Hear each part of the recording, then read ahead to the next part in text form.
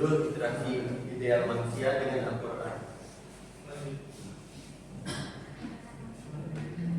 Selanjutnya ada anggota kelompok. Yang pertama ada Nadia Ratu Abdalia, Rizky Dawati, Reksi dari Bakbari, Gus dari Iqbal, dan Devalina Petang.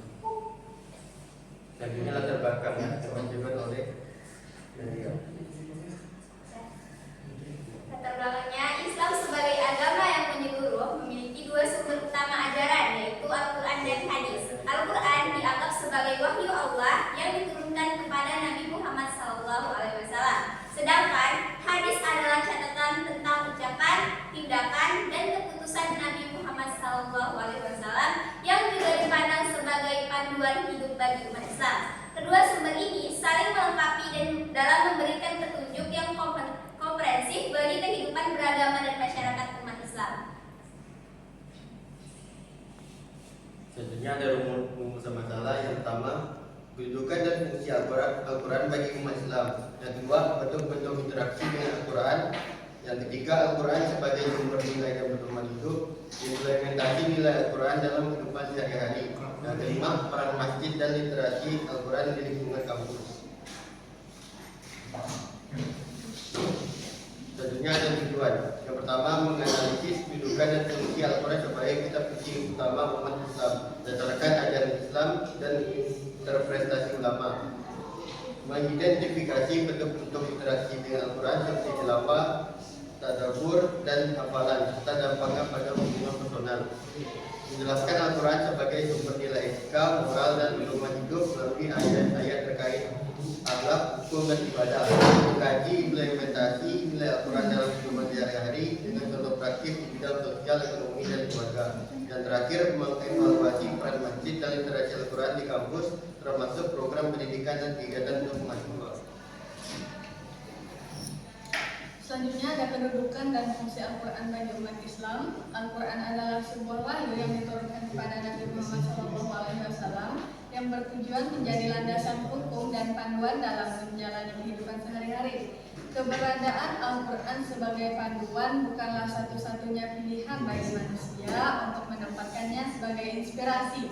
Tujuan utamanya adalah agar manusia dapat berjuang dari hal-hal positif dalam kehidupan sehari-hari. Oleh karena itu, Al-Quran membahas berbagai sektor yang berkaitan dengan kebutuhan umat manusia. Hal ini terbukti dengan banyaknya ayat-ayat dalam Al-Quran yang menjelaskan berbagai aspek yang dapat melengkapi sektor kehidupan umat manusia, baik dalam bentuk petunjuk maupun detail. Selanjutnya ada bentuk-bentuk interaksi dengan Al-Quran. Interaksi manusia terhadap Al-Quran yang saling melengkapi. Dalam tataran praktik, keduanya bersinergi menciptakan sebuah pola hidup yang berlandaskan Al-Quran. Al-Quran bukan hanya kitab suci yang dibaca dalam ibadah, tetapi juga pedoman hidup yang membentuk pola pikir dan perilaku seorang muslim. Interaksi dengan Al-Quran mencakup aktivitas membaca, memahami, menghafal, serta mengamalkan nilai-nilainya dalam kehidupan sehari-hari. Dalam kajian Living Quran, interaksi ini dipahami sebagai bentuk keterlibatan aktif umat Islam terhadap teks suci dalam realitas sosial. Selanjutnya ada Al-Quran sebagai sumber nilai dan pedoman hidup. Al-Quran merupakan kitab suci umat Islam yang diturunkan Allah Subhanahu wa Ta'ala kepada Nabi Muhammad SAW sebagai wahyu dan petunjuk bagi seluruh umat manusia. Keberadaan Al-Quran bukan hanya sebagai bacaan ritual semata, tapi sebagai pedoman hidup yang mengatur seluruh aspek kehidupan manusia. Dalam surah Al-Baqarah ayat 2 dijelaskan bahwa Al-Quran adalah petunjuk bagi orang-orang yang bertakwa. Hal ini menunjukkan bahwa Al-Quran memiliki peran sentral sebagai sumber nilai dan pedoman hidup yang bersifat universal dan relevan sepanjang zaman. Selanjutnya, implementasi nilai Al-Quran dalam kehidupan sehari-hari. Nilai Al-Quran seperti kejujuran, amanah tanggung jawab, dan kasih sayang menjadi dasar dari proses pendidikan di pesantren. Nilai-nilai ini bukan hanya diajarkan secara teoritis, melainkan juga diterapkan dalam kehidupan sehari-hari melalui pembiasaan, keteladanan, dan pengawasan yang intensif. Pendidikan berbasis Al-Quran ini bertujuan untuk menciptakan individu yang soleh serta spiritual, kuat secara mental, dan berkontribusi positif bagi masyarakat. Selanjutnya ada peran masjid dan literasi Al-Quran di lingkungan kampus.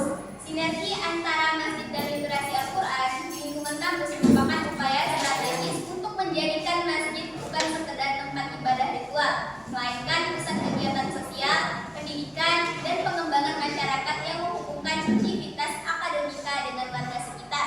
Berdasarkan studi kasus di lingkungan kampus, masjid berfungsi sebagai fasilitator sinergi melalui berbagai program bersyukur seperti pembacaan hadis dari kitab Riyadhus Shalihin yang menggerakkan pemuda dan mahasiswa untuk berbagi ilmu dengan masyarakat.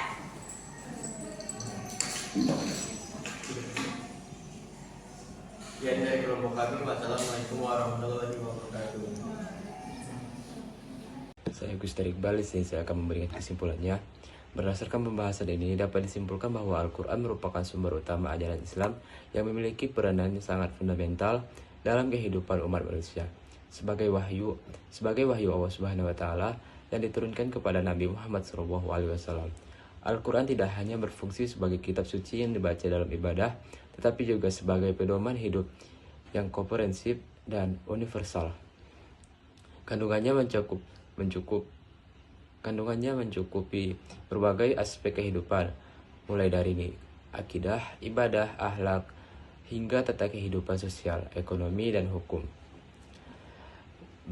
Saran dari kami yaitu, bagi mahasiswa diharapkan dapat meningkatkan interaksi dalam Al-Quran, tidak hanya sebatas membaca, tetapi juga memahami, menghayati, dan mengamalkan nilai-nilai dalam kehidupan sehari-hari, agar terbentuk karakter yang berakhlak mulia.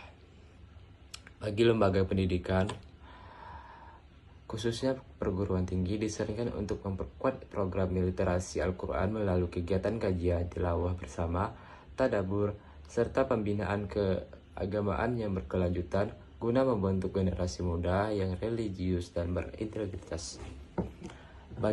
Ketiga, bagi mahasiswa umum diharapkan dapat menjadikan Al-Quran sebagai pedoman utama dalam menjalani kehidupan, baik dalam aspek pribadi, keluarga, maupun sosial, sehingga tercipta kehidupan yang harmonis dan penuh nilai kebaikan. Terakhir, bagi peneliti selanjutnya, disarankan untuk mengembangkan kajian yang lebih mendalam mengenai implementasi nilai-nilai Al-Quran dalam konteks kehidupan modern, khususnya dalam menghadapi tantangan era digital dan globalisasi. Sekian, terima kasih.